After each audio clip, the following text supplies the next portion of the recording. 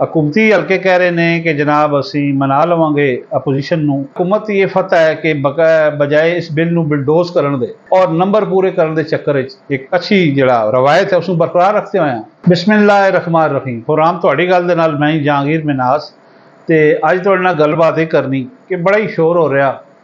हकूमती हल्के कह रहे हैं कि जनाब असी मना लवांगे अपोजिशन नूं और हलीफ जमातां नूं और ये यानी पैकेज मंजूर हो जाएगा। और अपोजिशन ये वेला कर रही है कि असी अपनी स्टांस कामयाब हो गए हैं, साड़ा मौकफ की फतह हो गई है और ये बिल जोड़ा है बिलडोज हो गया, ये बिल फारग हो गया। ये जो जजां का बिल सी और जिहदे 20 तो ज़्यादा शिकां शामिल सन और वो अच्छी कानून साजी भी सी। कोई सारा ज़ाहिर है प्रोपगंडा इस तो आया कि वह बिल की कापी और उसका मुसवदा बहुत सारे लोगों को नहीं मिला। और फिर जिस तरह साड़ा मीडिया है और जिस तरह के साढ़े अगे जनाब यूट्यूबर दोस्त ने और उन्हें एक लैंड लै ली और रात का आसमान सिर से चुक लिया। लो जी, एक तो हुकूमत की ये फतह है कि बजाए इस बिल नूं बिलडोज करन दे उन्हें एक आईनी तरीके नाल और नंबर पूरे करने के चक्कर एक अच्छी जिहड़ा रवायत है उसनूं बरकरार रखते हुए इस काम नूं अगे बढ़ाया।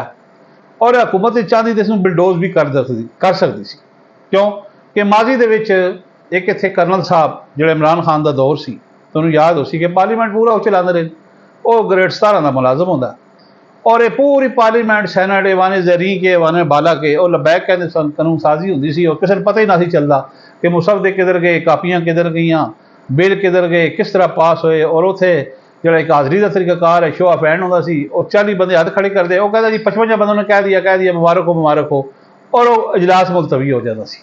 ये काम होया इस मुल्क असीं अपनी अखां नाल वेखिया। और इस तरह की कानून साजी होंदी रही 3 साल जिहड़ा इमरान खान का दौर सी। लेकिन इस जी बिल सी ये बिल दियाँ कुछ खसूसियात भी सन कि पाकिस्तान का जो जुडिशल सिस्टम है वो पूरी दुनिया के 143 नंबर से इतने 60,000 तो ज़्यादा साढ़े केस ज़ैर इल्तवा ने। किसी बंदे का कोई बंदा जोड़ा है वो कतल हो जाता है और जी पार्टी इंसाफ मंगती है वो चक्कर ला ला के फोटो कापियां करा कर मर जाती है। उन्होंने जनाब दरखास्त लगती नहीं, लग जाए सुप्रीम कोर्ट तो फिर सुनवाई होती, वकील होंदा, जज होंदा, अगे बेंच बनता और बड़ा लम्मा काम है।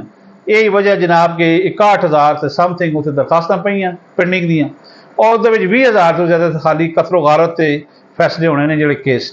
और ये साड़ी अदलिया की तारीख है और पाकिस्तान की अदलिया की तारीख को अच्छी नहीं है।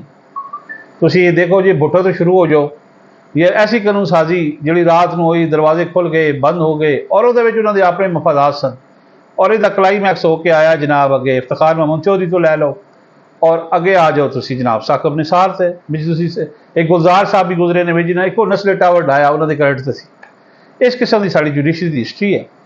लेकिन इस बिल में बड़ियाँ अहम चीज़ा भी सन, मुस्बत नुकात भी सन और इस मुल्क का जुडिशल सिस्टम करने वास्ते और पार्लीमेंट के जो कानून साजी के इख्तियारात हैं जोड़े आवाम ने दिते हैं, जिन्हों का बुनियादी काम ही उत्थे कानून साजी करना है और जनाब उन्होंने एक पूरा प्रोसीजर सी।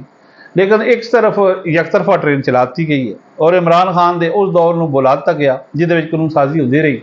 और मैं तुहानूं दस्सिया कि पूरा एक कर्नल के जरिए कानून साजी हुई पूरे जनाब 3 साल। और किस तरह मेमरान आए, कित्थे रखे गए, कित्थे वोट पाए, किवें चेयरमैन सैनट बनया, एक पूरी स्टोरी है, पूरी कहानी है। इसका बड़ा वक्त चाहिए, इससे बड़ी गलबात हो सकती है। लेकिन हुकूमत की फतह यह है कि इन्हें बिलडोज करने की बजाय एक आईनी रस्ता इख्तियार किया, हरीफ जमातां नूं मनाया और उहदे विच ज़ाहिर है मौलाना फजल रहमान का एक बड़ा रोल सी।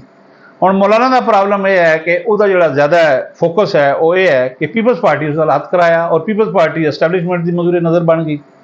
क्योंकि मौलाना के ज़हन सी कि चलो साड़ा KPK गया, मेरा गवर्नर समझी भी लै लिया, लेकिन मैंने बलूचिस्तान हुकूमत मिलना मेरा हक सी।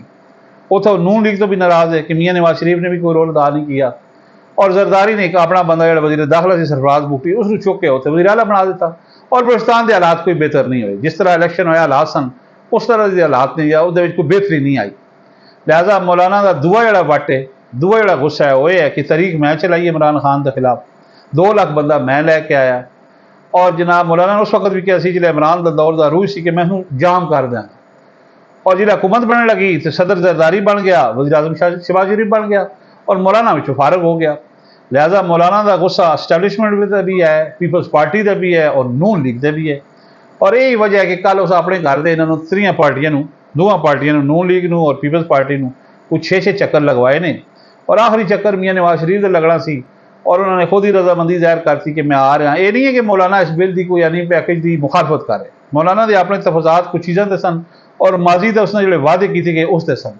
मौलाना हम मान चुका है ये तरमीम आ जाएगी, ज़ाहिर वज़ीर आज़म का दौरा अमरीका आ रहा है और उस तो बाद ये पेश हो जाएगी और ये पास हो जाएगी। ये कोई ये राकट साइंस लंबी चौड़ी साइंस अलजबरा नहीं है। जनाब थोड़े गलबात करनी सी। साढ़े चैनल M2M अगर हम तक सबसक्राइब नहीं किया तो कर दो, ਇਹਦਾ ਟੱਲੀ ਦਾ ਬਟਨ ਵੀ ਦਬਾਓ ਤਾਂ ਕਿ ਤੁਹਾਨੂੰ ਨਈ ਵੀਡੀਓ ਮਿਲਦੀ ਰਹੇ और गलबात चंगी लगे शेयर भी कर दो। मैनू दे इजाज़त, अल्लाह हाफ़िज़।